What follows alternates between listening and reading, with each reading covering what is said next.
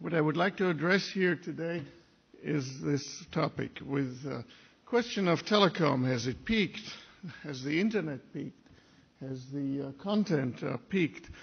And you may wonder, why is he talking about this? Just asking the question here, that question about the internet slowing down is to true believers a heresy. After all, things have been progressing exponentially for so many years. Data traffic is growing at 40% compound annual growth rate. Broadband is reaching distant huts and igloos. Mobile penetration is often over 100%. So if there's anything that slows down, it must be the fault of governments. According to critics, these governments are either being too intrusive and restricting things, or they are not being interventionist enough. I always get confused which one it is supposed to be, because the same people sometimes say both. Or it is the fault of investors who just don't get it, that the traditional economic rules of economics are hopelessly legacy, and that the economics of bits is different from those of the atoms. So I would kind of like to analyze the questions nevertheless along three dimensions: infrastructure, applications, and content. Right now, of course, we're in a boom of construction of local access infrastructure. There's fiber, FTTH, Korea, Japan, Verizon territory of the United States, just for example. And then there are the emerging 4G wireless networks and still construction on 3G. We did a study at Columbia. In fact, I don't know if Blair Levin is here, but here's for Blair.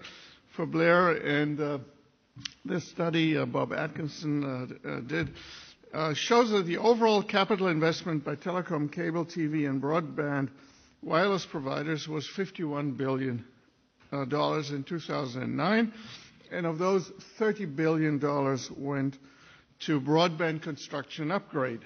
Now, this investment is projected by Wall Street analysts to stay more or less at that level into 2015.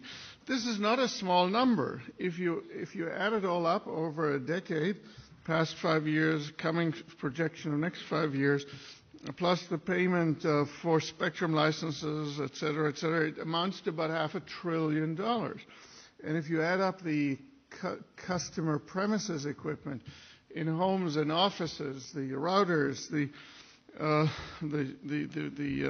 modems, the PCs, and so on, it adds up to another $500 billion. So as a society in America, we seem to have been spending over one decade $1 trillion on broadband access, broadband capabilities. That's a large number, a very large number for a short period. And this probably is typical to other OECD countries.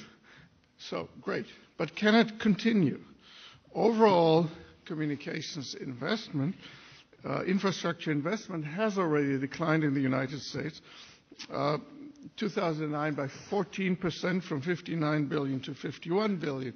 Now you might say, okay, this is the economic downturn, but there's more to the decline. What is happening is, as you'd expect, saturation of the market, both for mobile and for broadband. And currently about 92% of U.S. households have access to at least one wired broadband platform. Adoption is about 65%. About 90% of the population is covered by 3G mobile networks. And for broadband, for wireline broadband, subscriber growth for 2012 is estimated at a pretty anemic 1.9%. There is, of course, incremental upgrades and maintenance investments, but those cannot compare with the capital intensity of the initial build-out stage. And so if you look here, you see that kind of the line, the dark line at the bottom, cable television. You see already that cable infrastructure has declined. It has already been significantly upgraded, digitized. The move to DOCSIS 3 is not that expensive, does not require much in the way of capital construction. So capital infrastructure investments are declining. Telco wireline investments, mostly fiber, will continue to be deployed, but at a reduced rate. And soon they will probably hit the limit of commercially viable investments, and then the rest has to be subsidized in some form. One of the major aspects of fiber is that it is, according to its proponents, pretty future-proof. That is, its capacity is enormously expandable at a fairly small cost once the fiber is there. It's mostly, the upgrades are mostly in the electronics, which you can just kind of switch in, switch out. And there isn't much of a kind of new technology sitting around in the wings and the labs just waiting to be unleashed. Okay, there isn't a kind of a huge new distribution mechanism out there just waiting to leapfrog fiber, as it were. Once households have been connected to one variation of fiber or another, the future needs of speed can be satisfied for a long time with relatively inexpensive upgrades of electronics. And in any event, the needs for still additional speeds is reduced. And a speaker kind of made that point yesterday. Maybe it was Blair too. That the demand is really from slow to fast, more than from fast to super fast. Now, what about wireless? These numbers here, which are based on a Wall Street type analyst, I think where you see the green line going up, this is wireless. I think that's I'm skeptical about this, frankly, because the next generation wireless, say the 4G, doesn't really require a major new infrastructure. You need more spectrum and you need more kind of different electronics hung up on the existing towers.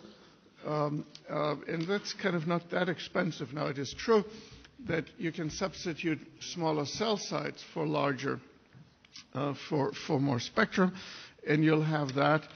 Some of that, but those will be smaller antennas, smaller cell sites, smaller antennas, so the incremental cost will also be reduced.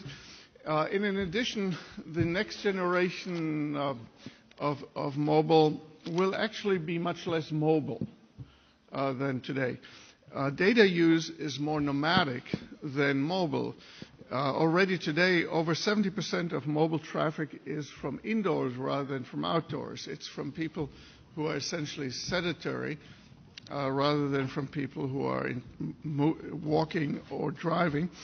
And the indoor traffic will not be serviced by more big towers, but rather by inside picocells, femtocells, inside homes and offices. So the wireless portion has become a shorter and shorter tail on the end of some kind of a wireline network, and the distinction of wireline and wireless will decline considerably. Now, none of this, what I'm saying here, is a crisis, really. It's a sign of crisis, but rather of maturation. Each new infrastructure industry goes through a cycle. Goes through a cycle. Early experimentation, accelerating growth, a flattening out, and an eventual decline. And what I find is, though, that people associated with the network system react very negatively to an observation that they might be entering a slow growth phase. They want to be in the growth phase. It's more fun, it's better for your career, it's more exciting, you get more attention. That's why they joined up, for the growth, not for the slowdown, right? So I find sometimes when one suggests this that people kind of react kind of defensively. So I'm kind of asking everybody to have an open mind. Let's be realistic. All infrastructures had their day in the sun, followed by a pronounced decline in investment. There are very few new canals being built today, few railroads, few superhighways, pipelines, power transmission lines, airports constructed in developed countries, OECD countries. most of what I say obviously applies to already kind of mature economies, not to the emerging or the developing world. But if you take a look at the numbers here, these are the U.S. track miles, or you look at the crude oil pipelines, or the gas transmission, or the miles of highway, or the new airports. And you don't kind of, the point here is not kind of the specifics, but more the kind of the shape, the gestalt here of this of these changes. So soon it will also be the turn of the communications infrastructure of investments to slow to mature and even in some cases decline. The basic platforms would have been laid. Improvements will be in applications, perhaps in devices, but not in the core of the network. This doesn't mean that the sector will be less significant. There will be more minutes, more bits, more miles than ever before. But absent a radical breakthrough in technology, for which there's no indication, we will move to a more mature replacement mode. Now, for infrastructure companies, this is not particularly a positive outlook, but a wake-up call, and it would presumably suggest that they have to move more into emerging and developing markets rather than in developed markets, but those are more commodity markets rather than kind of innovation-driven type markets. So the composition and the focus will be different. For network providers, this is actually a positive news insofar as their capital expenditures can decline, and therefore, as long as prices are maintained in some stable form, their bottom line would improve, and consumer prices might, in fact, also decline in the longer term. Now, let me kind of, for reasons of time, skip a lot of stuff here that I have and kind of move to the applications, the second stage. Of course, everybody says, yeah, sure, because investments and innovation is moving to the edge. Surely that is true to some extent. Nevertheless, let me just kind of put a note of skepticism in here based on economic history. Historically, infrastructure and applications have been closely aligned. It's not that one kind of boomed and the other one was slow, and then the other one was slow and the other one boomed, but they kind of tended to move in tandem. At the peak of railroad construction, we also had in the United States the peak period in mining and heavy industry. At the peak of airport construction, aviation industry moved enormously and then kind of plateaued.